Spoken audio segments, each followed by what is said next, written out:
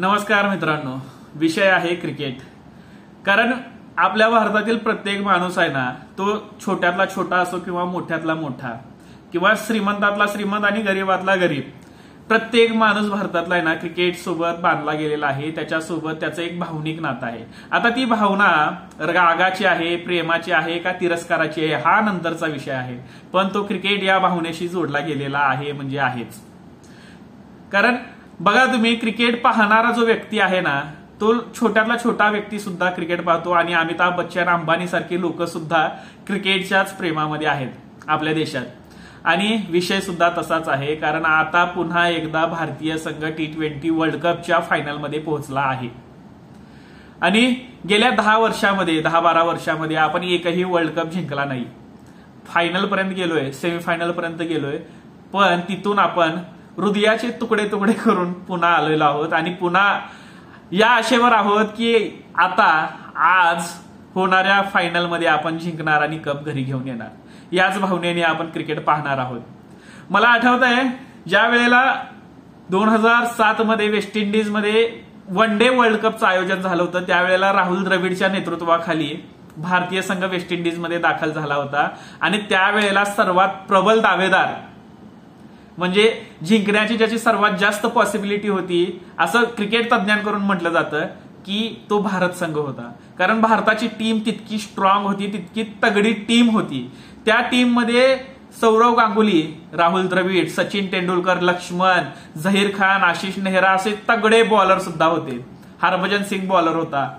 असे तगडे bowler batsman असताना सुद्धा आपण ग्रुप स्टेज मधनं बाहेर पडलो आणि घरी आलो. पूर्ण देशामध्ये सचिन तेंडुलकरचे पुतळे जाळण्यात आले होते. त्यानंतर झहीर खान, राहुल द्रविड यांचे पुतळे जाळण्यात आले होते, निदर्शनं करण्यात आली होती. एवढी तीव्र भावना त्यावेळेला झाली होती. आणि त्याच्यानंतर 2007लाच T20 वर्ल्ड कपचं आयोजन करण्यात आलं होतं साऊथ आफ्रिका देशामध्ये आणि पूर्ण नवखी टीम गेली होती. आणि लोकांना T20 वर्ल्ड कप विषयी तेवढं आकर्षण राहिलं नव्हतं, कारण आपण वन डे वर्ल्ड कप हारून आलो होतो, ते सुद्धा ग्रुप स्टेज मधून. त्यामुळे आशा संपल्या होत्या. पूर्ण नवखी टीम, RP सिंग, इरफान पठाण, महेंद्रसिंग धोनी, युवराज सिंग, हरभजन अशी नवखी टीम असताना धोनीच्या नेतृत्वाखाली आपण वर्ल्ड कप जिंकला आणि पूर्ण देशात जल्लोष झाला. रस्ते जाम झाले, फटाकड्याच्या फटाकड्या उडत होत्या आणि त्यावेळेला आम्ही सुद्धा वेगवेगळ्या प्रकारच्या जल्लोषामध्ये काय म्हणतात ते आपलं जल्लोष करत होतो, फटाकड्या उडवत होतो. त्याच्यानंतर 2007ला धोनीच्याच नेतृत्वाखाली आपण 2011चा world cup, one day world cup जिंकला. 28 वर्षानंतर पुन्हा एकदा देशामध्ये जोश निर्माण झाला आणि जे फॅन्स 2007च्या त्या ग्रुप स्टेजमध्ये हरल्यामुळे नाराज होते ते पुन्हा एकवटले आणि त्यांनी भारतीय संघाला सपोर्ट करायला सुरुवात केली आणि त्याच्यानंतर चॅम्पियन्स ट्रॉफी जिंकली. आणि तिथून 2013 पासून आपण एकही वर्ल्ड कप किंवा ICCची ट्रॉफी जिंकलो नाही. आणि इथेच क्रिकेटचे फॅन्स नाराज व्हायला सुरुवात झाली. आणि असा एक वर्ग होता जो म्हणत होता की आता सचिन रिटायर झाला, मी क्रिकेट बघायचं सोडून दिलोय. सेहवाग रिटायर झाला, मी क्रिकेट बघायचं सोडून दिलंय. त्यानंतर धोनी रिटायर झाला. धोनी रिटायर झाल्यानंतर खूप जणांच्या भावना आल्या की आता आम्ही फक्त IPL पाहणार आहोत, वर्ल्ड कप किंवा इंटरनॅशनल मॅचेस जे आहेत ते बघायचं सोडून दिलोय, कारण धोनीच नाही या काय बघायचं. मग पुन्हा या सचिन तेंडुलकर, महेंद्रसिंग धोनी, सेहवाग, गांगुली यांना उत्तर म्हणून जन्माला आले ते रोहित शर्मा, विराट कोहली, सूर्यकुमार यादव, जसप्रीत बुमराह यांनी या नाराज झालेल्या किंवा आशा सोडलेल्या क्रिकेट प्रेमींना पुन्हा जागा केलं आणि क्रिकेट पाहायला प्रवृत्त केलं की बाबा आम्ही आहोत. भारतीय संघ पुन्हा त्याच ताकदीनं उभा आहे, ज्या ताकदीनं ज्या वेळेला सचिन तेंडुलकर खेळायचा त्याच ताकदीनं आम्ही सुद्धा खेळू. आणि ते वेळोवेळी फायनल पर्यंत पोहोचत गेले. भावना दुखावणाऱ्या गोष्टी या 10 वर्षात भरपूर झाल्या.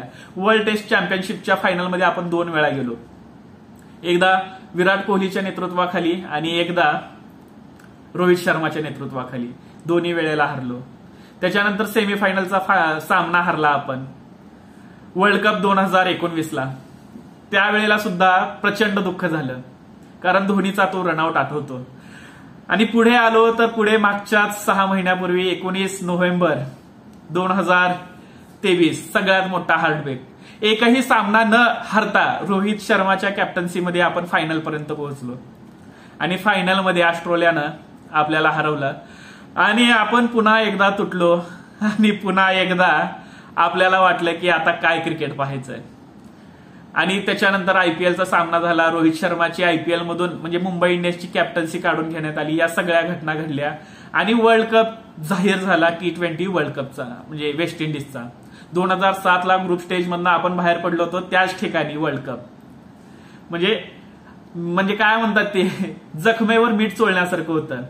आणि त्यामध्येच जे 11 जणांची टीम तयार झाली त्या टीम मधला एकही खेळाडू सामान्य जनतेला आवडत नव्हता किंवा ही काय टीम आहे का वर्ल्ड कपसाठी. कारण याच्यामध्ये शुभमन गिल नाहीये, मोहम्मद शमी नाहीये, ह्याला रिंकू सिंगला घेतलं नाही तुम्ही, शुभम दुबेला घेतलात, अशा तक्रारी फॅन्सकडनं यायला चालू झाल्या. अशामध्ये सुद्धा रोहित शर्मानं हार मानली नाही आणि 4 स्पिनर घेऊन तो खेळला.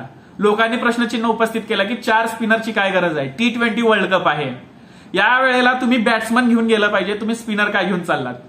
आणि त्या स्पिनरचं महत्व सेमीफायनलच्या मॅचमध्ये रोहित शर्मानं सर्वांना करून दिलं.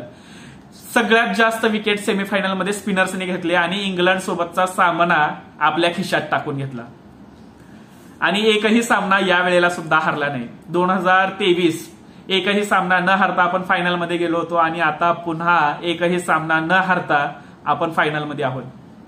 फक्त एवढीच आशा आहे की या वेळेला हार्ट ब्रेक होऊ नये, या वेळेला कप जिंकावं.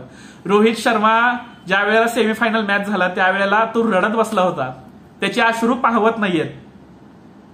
एक फॅन म्हणून, रोहित शर्माचा फॅन म्हणून त्याच्यासाठी खूप वाईट वाटते. त्याचे एफर्ट्स जे आहेत ना ते एवढे इतके प्रामाणिक आहेत की त्याच्या एफर्ट्समुळेच आता क्रिकेट बघायला लोकांनी पुन्हा चालू केलेलं आहे.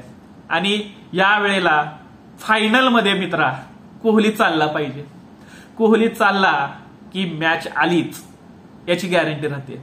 कोहली फायनलमध्ये चालला पाहिजे आणि या वेळेला हार्ट ब्रेक नकोय, कप पाहिजे. कप घेऊन या मित्रा. एवढंच.